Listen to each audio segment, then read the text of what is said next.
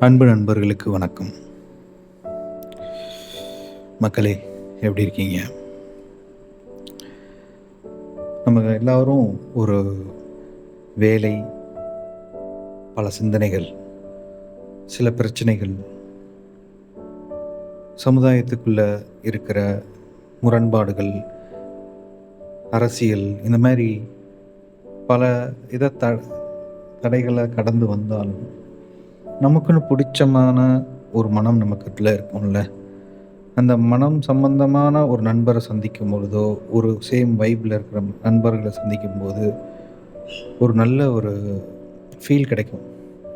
அதே மாதிரி அதுக்கு நிகரான ஒரு நமக்கு பிடிச்ச மாதிரியான ஒரு மனநிலையில இ ஒரு படம் நமக்கு ஒரு ஃபீல் குட் படம் பார்க்கும்போதும், நமக்கு ரொம்ப நல்லாயிருக்கும். அந்த உணர்வு நல்லாயிருக்கும். அத விட இன்னும் நெருக்கமா ஒரு நல்ல ஒரு புத்தகம் கிடைச்சதுன்னா, அது கூடயே சேர்ந்து வாழலாம். ஸோ, அப்படிப்பட்ட ஒரு புத்தகம் தான் நம்ம இன்னைக்கு பார்க்க போறோம். அந்த புத்தகத்தோட பேர் வந்து வாரணம். வாரணம். வாரணம்னு கேட்டாலே, வாரணம் ஆயிரம் அந்த மாரி படங்கள் தான் நமக்கு ஞாபகம் வரும். வாரணம்னா எல்லாத்துக்கும் தெரியும். யானை. இந்த புத்தகத்த எழுதியவர் வந்து ராம் தங்கம். அ அவரோட இதற்கு முன்னாடி வந்த ஒரு குறுநாவலான ராஜவனத்தையும் நம்ம சேக்கி புக் மார்க்லயே பார்த்துருக்கோம். அது டிஸ்கிரிப்ஷன்லேயும் போடுறேன். அந்த இதையும் இதுக்கு முன்னாடியே நம்ம படித்து அதை பற்றி சொல்லியிருக்கோம். அந்த நாவல் படிக்கும்போது அ ஒரு வனத்துக்குள்ளேயே இருந்த ஒரு ஃபீல் கிடைச்சது. இப்ப வாரணம் வந்து அத விட எனக்கு ஒரு 2, 3 மடங்கு அதிகமா அ ஒரு ஃபீல் குட்டான ஒரு உணர்வ குடுத்துச்சு. இந்த வாரணம் நாவல். இந்த நாவல் வந்து கண்டிப்பா எல்லாத்துக்கும் ஒரு 300 சம்திங் பக்கம் இருக்கும். எல்லாத்துக்கும் கண்டிப்பா பிடிக்கும். ஏன்னா, எல்லாத்துக்கும் அந்த பயணம் வந்து ரொம்ப பிடிக்கும். அதுலயும் வந்து இந்த காடு, ட்ரெக்கிங் இந்த மாரியான பயணங்கள் வந்து எல்லாத்துக்கும் ஒரு பிடிக்கும். ஸோ, அதில ரொம்ப ஆர்வமா இருக்கிறவங்களுக்கெல்லாம் இந்த புத்தகத்த தயவுசெய்து மிஸ் பண்ணாதீங்க. இப்ப ஏன்னா, நம்ம வந்து ஒரு அனுபவங்கிறது ரொம்ப முக்கியம். ஒரு பயணம் போறோம். எல்லாமே ஒரு ஃபர்ஸ்ட்டு அனுபவம் தான். அனுபவம் கிடைக்காதம்போது, அது மாதிரியான ஒரு படைப்புகள நம்ம வந்து பார்க்கலாம். அது வந்து படங்கள் மூலமா தான் பொதுவா நம்ம பார்ப்போம். ஆனா, இந்த நாவல் படிக்கும்போது என்னன்னா, ஒரு ஒரு நல்ல ஒரு ஆழமா நீங்க படிக்கும் பொழுது, அந்த வனத்துக்குள்ளேயே இருக்கிற ஒரு ஃபீல் கிடைக்கும். அ ஒரு சில பகுதிகளெல்லாம் எனக்கு அந்த ஃபீலே கிடைச்சது. நான் வந்து அத இந்த நரேஷன்ல வந்து இந்த புத்தகத்த பத்தியான ஒரு அறிமுகத்தில சொல்லும்போது, நான் அதையும் சொல்றேன். ஸோ இந்த புத்தகம் வந்து அம் எங்கேருந்து ஆரம்பிக்குதுன்னா, நாகர்கோவில் பஸ் ஸ்டாண்ட்லேருந்து தான் ஆரம்பிக்கும். அதாவது அ மன்றோ அப்படிங்கிற ஒரு பையன் டிகிரி முடிச்சுட்டு அ அ ஒரு அவனோட மாமா வந்து ஒரு மலை மேல இருக்கிற எஸ்டேட்ல வேலை பார்ப்பாரு. ஸோ, அவர பார்க்கறதுக்கு நாகர்கோவில்லேருந்து கிளம்பி ஒரு எஸ்டேட், சில்மர் எஸ்டேட்டுங்கிற ஒரு இடத்துக்கு வந்து பயணப்படுறாங்க. அந்த பயணம் தான் அங்க போய் ரீச் ஆனதுக்கப்புறம், அங்க அவன் பார்க்குற அந்த வனம் சம்மந்தமான காடு, ஆறு, விலங்குகள் எப்படி அது அங்கருந்து அவன் செய்ற பயணம். இதற்கு நடுவுல வந்து அவங்க மாமா கிட்ட அ இதுக்கு முந்தினிய தலைமுறைகள் பத்தியான விவரங்கள கேட்கறது. இதெல்லாமே தான் இந்த புத்தகத்துல இருக்கும். இதில ரொம்ப முக்கியமான பகுதின்னு எதுன்னு சொல்லணும்னா, இந்த வனத்தில வந்து நடந்து போற பகுதிகள் வந்து உங்களுக்கு வந்து அதுக்குள்ளேயே இருக்கிற ஒரு ஃபீலை குடுக்கும். அ கண்டிப்பா இந்த புத்தகத்த பத்தி இன்னும் பேசுவோம். வாங்க பார்க்கலாம்.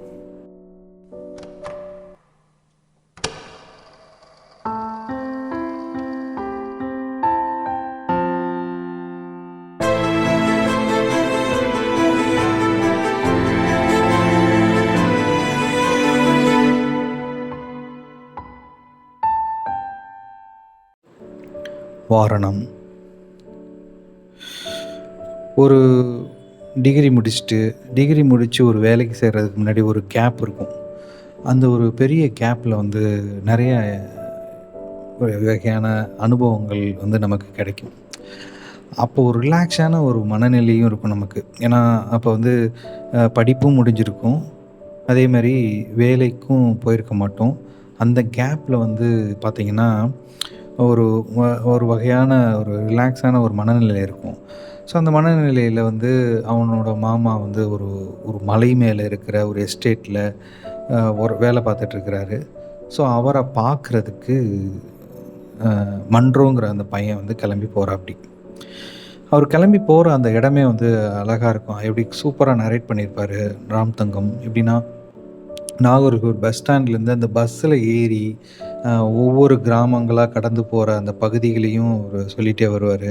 அதுக்கு முன்னாடி அந்த பஸ்ஸில இருக்கிற மக்கள் முதல் கொண்டு அந்த கண்டக்டரோட ஆக்டிவிட்டி, அங்க இருக்கிற வேலை முடிச்சுட்டு போற மக்களோட ஒரு மனநிலை, அந்த அவங்களோட பேச்சு, புதுசா ஒரு ஆள் உட்காந்துருந்தா அவங்க எப்படி பார்க்குறாங்க.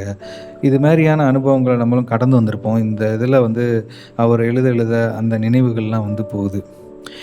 அதே மாரி இந்த பஸ்ஸு வந்து கிளம்பி போகும்போது, இந்த கீரிப்பாறை அங்கேருந்து சில்வர் எஸ்டேட்டுக்கு போகுது. அ எந்தெந்த வழியா போகுதுங்கிறதெல்லாம் அதில அழகா மென்ஷன் பண்ணியிருப்பாரு. அ திட்டுவிளைங்கிற ஒரு பகுதி, பூதப்பாண்டிங்கிற ஒரு பகுதி, தாடிக்காரன் கோவை, கீரிப்பாறை, ரப்பர் மரங்கள்லாம் தாண்டி, வாளையத்து வயல், கீரிப்பாறை, செக் போஸ்ட் வருது. செக் போஸ்ட் வந்துட்டாலே மழை வரப்போகுது, இல்லாட்டி மலை ஏறிட்டு இருக்கோம்னு தானே அர்த்தம். ஏறி காளியாறுங்கிற அந்த ஆற்று பகுதிய கடந்து, ஒரு அடர் வனத்துக்குள்ள அந்த பஸ்ஸு போகுது. கிட்டத்தட்ட 28 ஹேர்பின் பெண்ட தாண்டி அந்த பஸ் போயி, அந்த சில்வர் எஸ்டேட்ல போய் அடிவாரத்தில இறங்குது. ஸோ, அங்கேருந்து அவர் மாமா வந்து கூட்டிட்டு போறாரு. அவங்க மாமா குடும்பங்கள்லாம் ஊர்ல தான் இருக்கிறாங்க. இவரு மட்டும் தான் தனியா அந்த எஸ்டேட்ட பார்த்துட்டு, அதுக்குன்னு ஒரு சின்னதா ஒரு வீடு இருக்கு. அந்த வீட்டுக்குள்ள மட்டும் இருக்கிறாரு. ஸோ, மன்றோ வந்தோனே 2 பேரும் பேசிக்கிறாங்க. அங்க வந்து அவங்க 2 பேரும் இந்த கட்டன் சாயா குடிக்கிறதும், அ அங்க சாப்பாடு செஞ்சு அவங்க மாமா வந்து அவரே சமையல் தான். அவர் செஞ்சு குடுக்குறதும். ஸோ, அப்போ அங்க வந்து அ அந்த வீடு இருக்கும். அந்த சின்ன வீடு. அது அவங்க சொல்லும்போதே நம்ம ஒரு மனதுக்கு ஒரு இமேஜினேஷன்ல வரும். அது எங்கேருந்து அந்த காட்சிகள் படத்துலேருந்து எடுத்துட்டு வருதா? இல்ல வந்து உண்மையாவே நம்ம இந்த நிலக்காட்சியில வேற எந்த இடத்துல பார்த்துருக்கோங்கிற மாரி யோசிக்கிற மாரி இருந்தது. ஏன்னா, இப்பயே வந்து சொன்னா எனக்கு மன்றோ, அவரோட மாமா பேர் வந்து சாமர்வேல். மன்றோ, சாமர்வேல் சொன்னாலே எனக்கு இப்போ ஒரு சின்னதா அந்த எஸ்டேட்ல இருக்கிற குட்டி வீடு, அதில ஒரு சின்ன ஒரு சமையல் ரூமு, அதுக்கப்புறம் சின்ன ஹால் இருக்கு. வெளிய வந்தவுனே அந்த கிராம்பு செடி இருக்கு. கிராம்பு செடிக்கு வெளிய எட்டி பார்த்தா, ஒரு ஆறு ஓடிட்டுருக்கு. அந்த பக்கம் ஃபுல்லா அடர் வனமா இருக்கு. அந்த ஆறு ஓடுற பகுதியெல்லாம் யானைகள் வர்றதும், மான்கள் போறது இதெல்லாம் தெரியுது. இந்த காட்சிகள வந்து சூப்பரா எக்ஸ்பிளைன் பண்ணியிருப்பார் ராம் தங்கம். இத படிக்கும்போதே உங்களுக்கு வந்து அந்த எஸ்டேட்டுக்கு குளிர்ச்சியும், அந்த எஸ்டேட்டுக்குன்னு அந்த ஒரு காட்டு பகுதிக்கான ஒரு மனமும் வந்து நமக்கு ஃபீல் பண்ணவே முடியும். ஸோ இப்படி இருக்கும்போது, இந்த கதையில அ இன்னும் நெறையா ஒரு ஒரு எப்படி ஒரு காட்டுப்பகுதியோல பயணப்படுறது மட்டும் இல்லாம, ஒரு வரலாற்று நிகழ்வுகளையும் இதில வந்து பேசியிருப்பாங்க. எப்படின்னா, மன்றோ வந்து அப்படியே ரிலாக்ஸா அன்னைக்கு ஈவினிங் உட்காந்துட்டு, சாப்பிட்டுட்டு, அந்த குளிருக்கு கட்டன் சாயா சாப்பிட்டுட்டு வாசல் படியில உட்காந்துருப்பாங்க. அப்போ வந்து அ மன்றோ வந்து அவங்க மாமா சாமர்வேல்ட்ட கேட்பாப்படி, "எனக்கு மன்றோன்னு நீங்க தான் பேர் வச்சதா சொல்றாங்க. நீங்க எத பேஸ் பண்ணி இத நீங்க எனக்கு மன்றோன்னு பேர் வச்சிருக்கீங்க?" அப்படிங்கிறத கேட்பாரு மன்றோ. அப்போ வந்து சாமர்வேல் வந்து ஒரு ஒரு பெரிய ஒரு 3 தலைமுறைகளுக்கு முன்னாடி இருந்து இந்த அதற்குரிய பெயர் காரணத்த சொல்றதுக்கு போனா, உண்மையாவே நெறையா வரலாறுகள் அதில தெரிய வரும். எப்படின்னா, ஆ 3 தலைமுறைக்கு முன்னாடி அ சாமர்வேல் சொல்லுவாரு மன்றோட்ட, "நம்ம குடும்பம் வந்து வேற ஒரு நாகர்கோவிலுக்கு அந்த பக்கம் இருந்து கிளம்பி நாம இங்க வந்திருக்கோம். அ வந்தப்ப நம்ம தாத்தாவோட தாத்தா வந்து என் பேரு யாருன்னா, குருசாமி நாடார்ன்னு சொல்றாங்க. ஆ அவரோட பையன் தான் தங்கையா நாடார் அப்படின்னு சொல்லிட்டு அவர் இருக்கிறாரு. அவர் வந்து நெறையா அ குருசாமி நாடார் வந்து யாருன்னா, ஒரு நாட்டு மருத்துவம் சொல்லுவாங்கல்ல, வைத்தியர்ன்னு கூட சொல்லலாம். அதெல்லாம் பண்ணுவாங்க. தங்கையா நாயுடுர் வந்து நல்ல ஒரு சிலம்பு இதெல்லாம் பண்றவரு. அது இல்லாம வண்டி ஓட்டுறவர். பொருட்கள எடுத்துட்டு கொண்டு போய் குடுக்குறதும், வர்றதும் இப்படி இருப்பாங்க. அப்படி இருக்கும் பொழுது, அந்த காலத்துலலாம் நெறைய கொள்ளை இதெல்லாம் நடக்கும். ஸோ, அந்த கொள்ளையடிக்கிற சீன்லாம் வரும். அதுலருந்து எப்படி அவர் தப்பிக்கிறாரு, அவருக்கு வர்ம கலையெல்லாம் தெரியும். ஸோ, தங்கையா நாடாருக்கு இப்படி தெரியும் பொழுது, ஒரு நாள் வந்து அ ஒரு பகுதியில அ ஒரு சர்ச் மாரி கட்டுறதுக்குரிய ஏற்பாடுகள் நடக்குது. அந்த ஆங்கிலேயர்கள் ஆட்சி நடந்துட்டுருக்கப்ப, திருவாங்கூர் அந்த திருவனந்தபுரத்தில வந்து அரசர் ஆட்சி நடந்துட்டுருக்கு. ஸோ இந்த காலகட்டத்தில எப்படி ஆங்கிலேயர்களோட அடக்குமுறை இதெல்லாம் ஒரு பகுதியில இருந்தாலும், இந்த கதையில என்ன மாரி சொல்ல வராங்கன்னா, இப்ப எக்ஸாம்பிள் நம்ம வந்து தேனி பகுதியெல்லாம் போனோம்னா, அ பென் பென்னி குயிக்கு இவரெல்லாம் வந்து இன்னும் வந்து நெறையா இடத்துல அவரோட ஃபோட்டோஸ் பார்க்கலாம். இது மாதிரி வெள்ளையர்கள்னாலே எல்லாமே வந்து அடக்குமுறைங்கிற ஒரு இது நெறையா இருந்திருக்கு. அது உண்மதான்.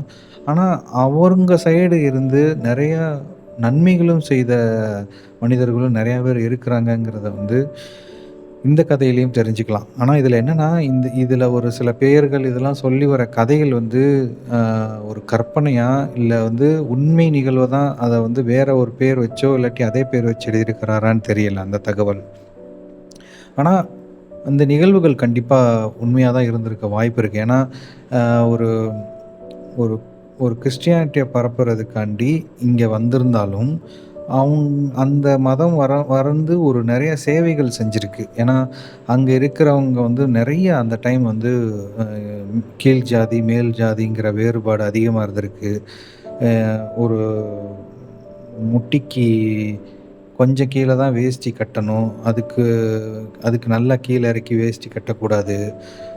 பெண்கள் மேலாடை வந்து இந்த சேலை மாரி அணியக்கூடாது. கீழ் ஜாதி பெண்கள் இந்த மாரிலாம் நெறைய கட்டுப்பாடுகள் இருக்கு. அவங்க வந்து ரொம்ப கஷ்டப்பட்டுருக்காங்க. அந்த டைம்ல அ அந்த கிறிஸ்டியானிட்டி வந்து எல்லாவத்துக்கும் உணவுகள் நீங்க வேலை செஞ்சீங்கன்னா, உங்களுக்கு சாப்பாடு போடுறோம்னு சொல்லி அந்த திட்டங்கள்லாம் கொண்டு வந்திருக்கிறாரு. அவரு யாருன்னா, அ ரெவரண்ட் மீட்ன்னு சொல்லி ஒருத்தர் பண்ணியிருக்கிறாங்க. அ அவரோட சேவைகள், அவங்க மூலமா வந்து அதுக்கப்புறம் அவரோட மனைவி ஜோகன்னாங்கிறவங்களும், இவங்களும் வந்து பார்த்தீங்கன்னா, நெறைய கல்வி திட்டங்களெல்லாம் கொண்டு வந்திருக்கிறாங்க. ஸோ, இவங்களுக்கு கீழ வந்து தங்கையா நாடார் வந்து போயி வேலைக்கு சேர்றாரு.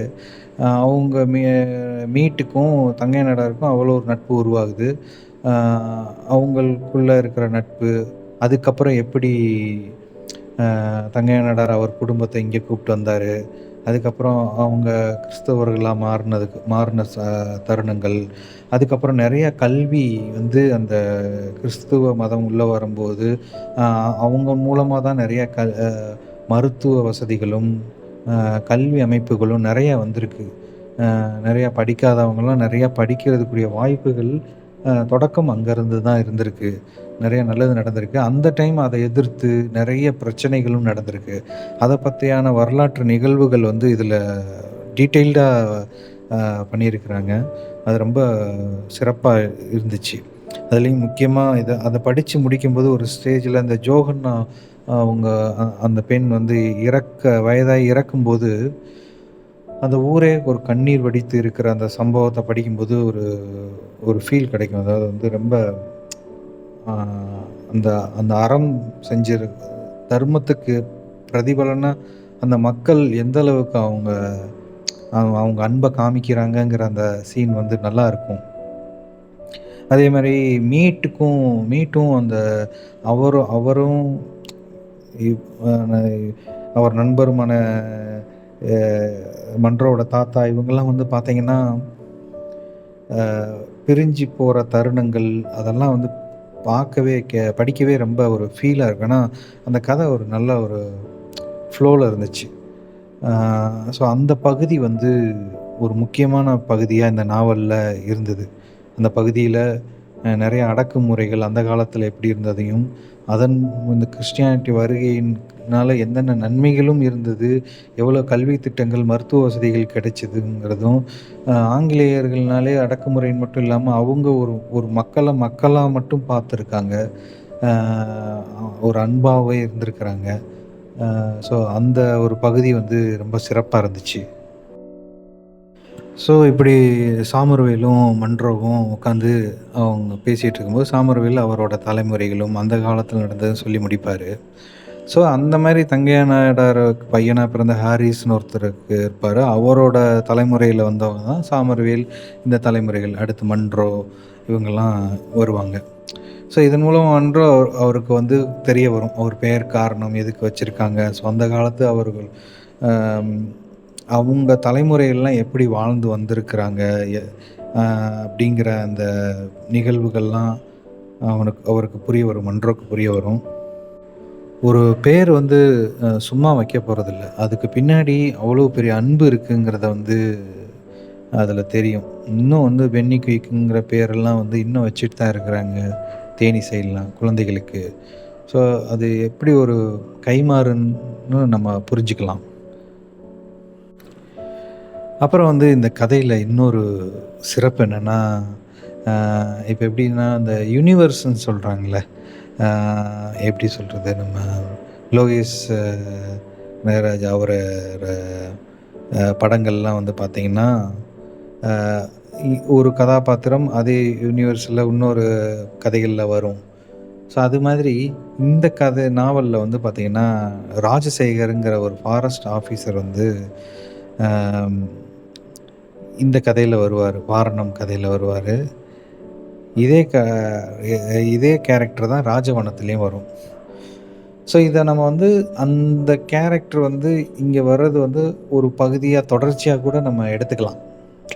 அந்த ராஜவனத்துக்கு முன்னாடி நடந்த கதையா தான் இப்ப வாரணமா கூட எடுத்துக்கலாம். ஏன்னா, அந்த கதை படிச்சு முடிக்கும்போது ஒரு நிகழ்வு நடக்கும். அப்படி பார்த்தா ராஜவனத்துக்கு முன்னாடியே வாரணம் கதை நடந்திருக்குங்கிறத வந்து நம்ம புரிஞ்சுக்கலாம். அப்படி கூட எடுத்துக்கலாம்.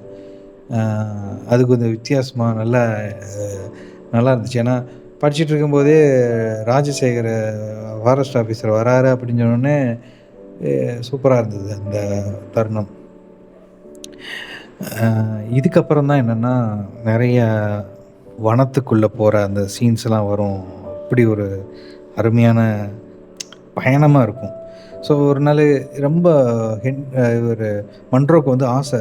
காட நெறையா பார்க்கணும். ஒரு நாள் தனிமையாலாம் கொஞ்சம் தூரம்லாம் அந்த ஆற்றுப்பகுதி வழியா போறப்போ, அங்க இருக்கிற மானு, வரையாடு அதெல்லாம் தெரியும். அதெல்லாம் பார்ப்பாரு. யானைகள தூரத்தில பார்ப்பாரு. ரொம்ப தூரத்தில பார்ப்பாரு. அ அங்க வந்து நெறைய யானைகளும் வந்து வீட்டு பக்கத்தில வந்துட்டு போகும்.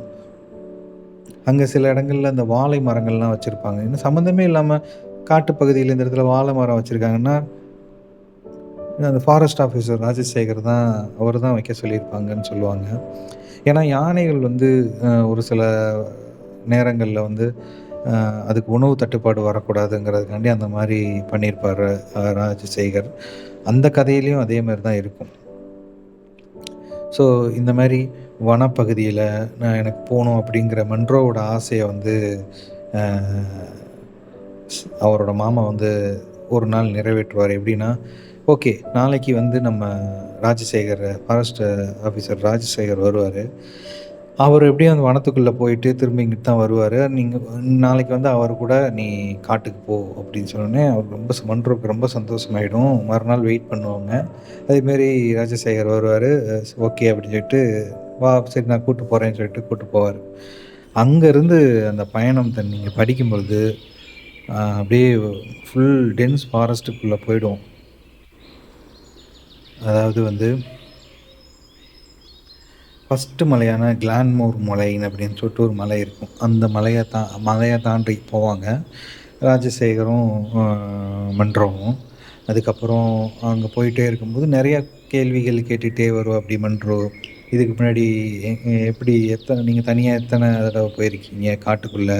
எ எங்கெங்கெல்லாம் போயிருக்கீங்க? இந்த மாரி நெறைய கேள்விகளும், பதில்களுமாவே வந்துட்டுருக்கும். அதில வந்து அதுக்கடுத்து ஆனை ஊத்து ஓடைன்னு வரும். அந்த ஓடை பகுதிய கடந்து போற தருணங்கள், அதுக்கப்புறம் மேகமுட்டி மலை, அதுக்கப்புறம் ஆனைமலை, மோலியடி மலை, இந்த மாரிலாம் நெறையா வரும். இதில வந்து ஒரு ஒரு தருணம் ஒரு இடத்துல வரும். அது வந்து ஒரு கனவு மாரி இருந்தது. எப்படின்னா, ஒரு மலை இருக்கும். அந்த மலையில வந்து நெறைய மலைகள கடந்து போயிட்டுருக்கும் பொழுது, ஒரு மலையில வந்து அந்த மலையில பயங்கர மேகமூட்டமா அந்த பனி வந்து அப்படியே அடர்ந்து போய்க்கிட்டுருக்கும். இந்த மலைக்கு நம்ம போலாமா? அப்படிங்கும்போது, இல்ல அந்த மலைக்கு போக முடியாதுன்னு சொல்லிடுவாரு. ஏன்னா, இங்க யாருமே போக மாட்டாங்க. அ போகவும் முடியாதுங்கிற மாரி சொல்லுவாரு. அதுக்கு என்ன ரீசன் கேட்டா, இதுக்குள்ள அ இதுக்கு முன்னாடி ஒரே ஒரு இந்த வனத்தில இருக்கிறவங்க எல்லாரும் அ போனது கிடையாது. போனவங்க திரும்பி வந்ததில்ல. ஒரு 2 பேரு பாதி தூரம் போயிட்டு அ திரும்பி வந்தவங்க ரொம்ப கை, கால் உடைஞ்சு ரொம்ப கஷ்டப்பட்டு வந்திருக்கிறாங்க. ஒரே ஒருத்தர் வந்து உச்சி வரைய போயிட்டு வந்திருக்கிறாரு. அங்க ரொம்ப விரதம் இருந்து, இந்த மலைக்கு போணும்னு சொல்லி, அந்த அம் மலைவாழ் மக்கள்லயே இருக்கிற ஒரு முதியவர் வந்து போயிட்டு வந்தவர் வந்திருக்கிறாரு. போயிட்டு வந்து அவர் ஒரு 2, 3 நாள்ல இறந்துட்டாரு. ஆ இதுக்கு இதுக்கு நான் ஒரு தடவ போக முயற்சி பண்ணியிருக்கேன். அப்ப என்ன நடந்ததுன்னு சொல்லி ராஜசேகர் சொல்லுவாரு.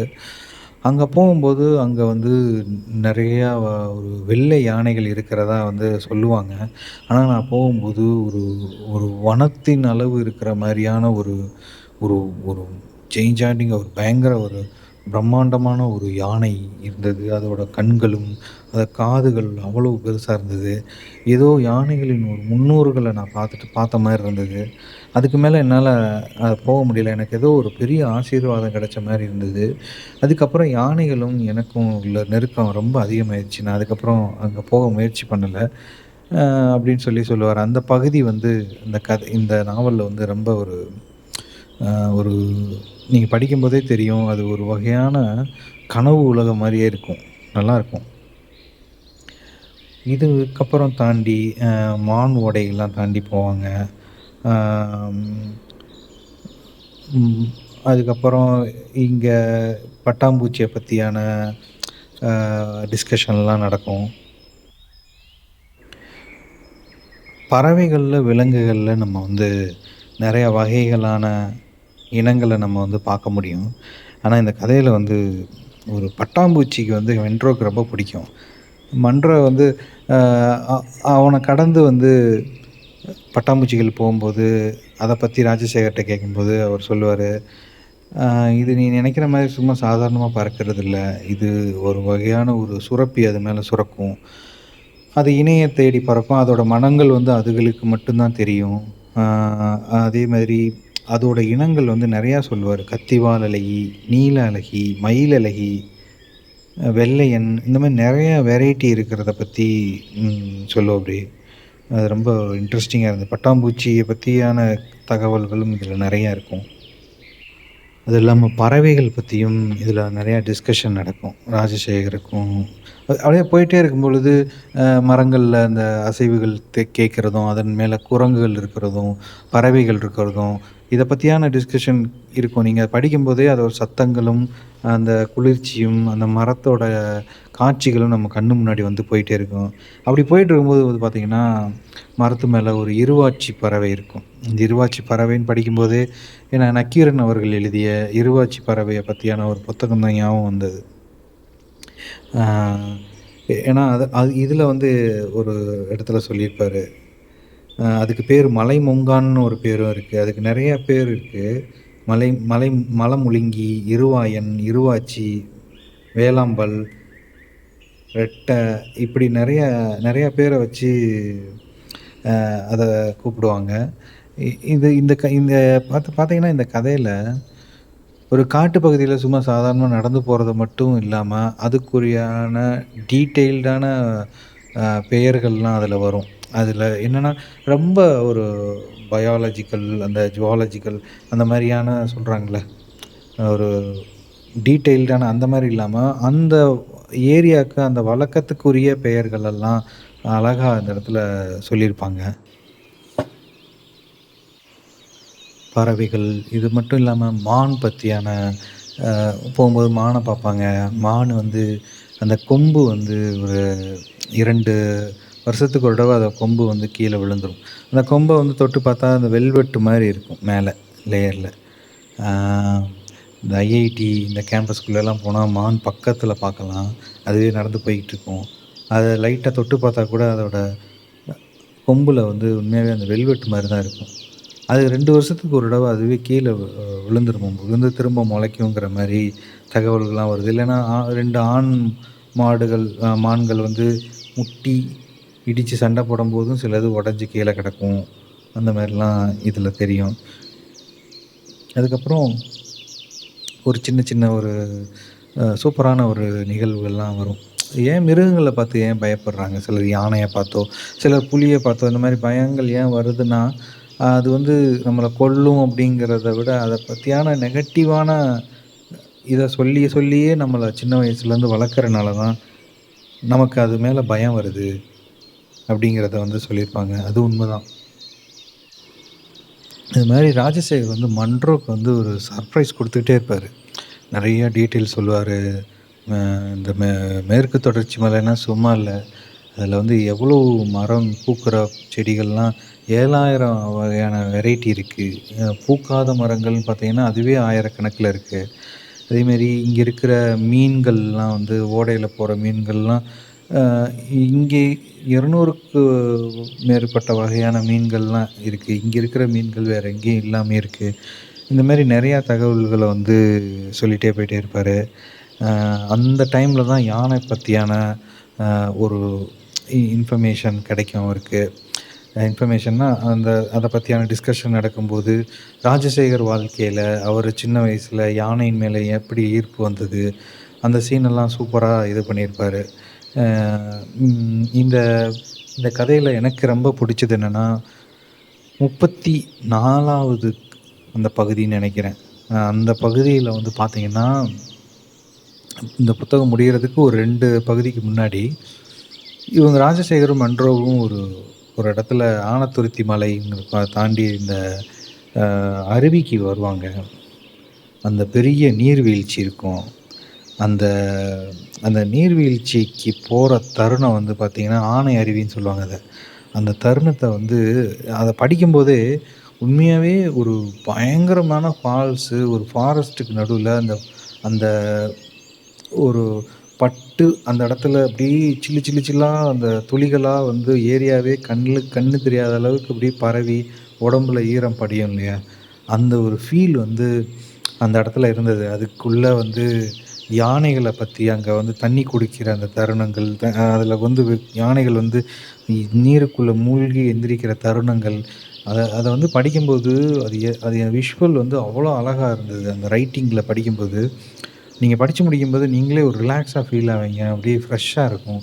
காடு, அருவி, நீரு, யானை, யானை வந்து அதுக்குள்ள நீ யானைக்கு வந்து நீர் எவ்வளோ பிடிக்குங்கிறத வந்து ராஜசேகரோட எக்ஸ்ப்ளனேஷன். ராஜசேகரே யானையோட ஒரு இன்னொரு இன்னொரு உருவமா தெரிவாரு. யானையும் அவரும் பிரிக்க முடியாத மாரி இருக்கும். அத நீங்க படிக்கும்போது. மன்றோ வந்து அத விட அவனுக்கு ஒரு சின்ன குழந்தை மாரி எல்லாத்தையும் பார்த்தா ஈர்ப்பா இருக்கும் அந்த காடு. இந்த கதைய படிக்கும்போது நாம மன்றோ மாரியே தான் இருப்போம். மன்றோ கூடயே தான் வந்திருப்போம். இந்த புத்தகம் முடியும்போதே கூட ஒருத்தர் எழுதியிருப்பாரு. அவர் முகில்ன்னு சொல்லி. அ அ மன்றோ வந்து ஒரு ஸ்டேஜ்ல அந்த கதையிலேருந்து முடிச்சுட்டு ஊருக்கு போயிட்டான். ஆனா, நான் அந்த ஆனத்துருத்தி மலை ஆ மலையிலயும், அந்த ஆனை அருவிக்கு கீழேயே தான் நின்னுட்டுருக்கேன். அப்படின்னு சொல்லி சொல்லியிருப்பாரு. உண்மதான். அத படிக்கும்போது எல்லாருமே அது ஃபீல் ஆகும். அந்த கதை என்னமோ வந்து ஒரு ஸ்டேஜ்ல முடிஞ்சாலும், நம்ம அந்த காட்டுக்குள்ளேயே இருக்கிற அந்த ஃபீல் கிடைக்கும். நீங்க என்ன வகையான வேலைகள் செஞ்சுட்டு வந்தாலும், இந்த புத்தகத்த நீங்க ஒரு ஒரு நாளைக்கு 2 கட்டுரை, 3 கட்டுரை அது மாரி அந்த பக்கங்கள் ஒரு 10, 15 பக்கங்கள் கடந்து போனாலே, அவ்வளோ ஒரு ஃப்ரெஷ்ஷு கிடைக்கும். அந்த மாரியான ஒரு அழகான ஒரு புத்தகம்னே சொல்லுவேன். இதுக்கப்புறம் மன்றோ வந்துட்டு அ அ ஊருக்கு போனாரா? அப்படிங்கிறது கதைகள் அப்படியே முடியும். எனக்கு இந்த புத்தகம் வந்து ரொம்ப ரொம்ப புடிச்ச புத்தகம். இந்த 300 பக்கங்கள் இருந்தாலும் எனக்கு வைக்கவே தோணல. அடுத்தடுத்த பக்கங்கள் போயிட்டே இருந்தது. அ யாருகளுக்கெல்லாம் காடுகள் பிடிக்குமோ, யாருகளுக்கெல்லாம் வந்து அ அ விலங்குகள், பறவைகள், பயணம் சம்மந்தமா பிடிக்கும்னா, கண்டிப்பா இத படிங்க. நீங்க வந்து அந்த ஒரு ஃபாரஸ்ட்டுக்குள்ள போயிட்டு வந்த அந்த ஃபீல் கண்டிப்பா கிடைக்கும். அ இந்த புக்கு வந்து படிக்கிறதுக்கு முன்னாடி எனக்கு ஒரு அனுபவம் கிடைச்சது. ராம் தங்கம் அவர் வந்து இப்ப கூட சமீபத்தில வந்து அ யுவ புரஸ்கார் சாகித்ய அகாடமி அந்த அது மூலமா குடுக்குற அந்த விருத வந்து வாங்கியிருக்காரு. அவரு இதுக்கு முன்னாடி நான் ராஜவனம் படிச்சுட்டு, அ அத பத்தியான நல்லா இருக்குன்னு சொல்றதுக்கு, அவரோட மொபைல் நம்பர ரீச் பண்ணி பேசினேன். அ அவரு வந்து திரும்ப கூப்ட்டு எப்படி இருந்தது? என்ன டீட்டெயில்லாம் ரொம்ப ஃப்ரீயா கேட்டாரு. அப்போ எனக்கு பழக்கம். ஸோ அந்த நம்பர் சேவ் பண்ணி வச்சிருந்தேன். அந்த டைம்ல வந்து பார்த்தீங்கன்னா, ரொம்ப வருடத்துக்கு அப்புறம் ஒரு நாள் நான் வந்து சபரிமலை போயிட்டு பெரிய பாதை வழியா அந்த மேற்கு தொடர்ச்சி மலை டென்ஸ் ஃபாரஸ்ட்டுக்குள்ள பயணப்பட்டுட்டு, திரும்ப வரும்பொழுது எனக்கு மெசேஜ் வருது WhatsAppல. இந்த மாரி வாரணம்னு ஒரு புத்தகம் நான் வெளியிட்டிருக்கிறேங்கிற மாரி போட்டிருந்தாரு.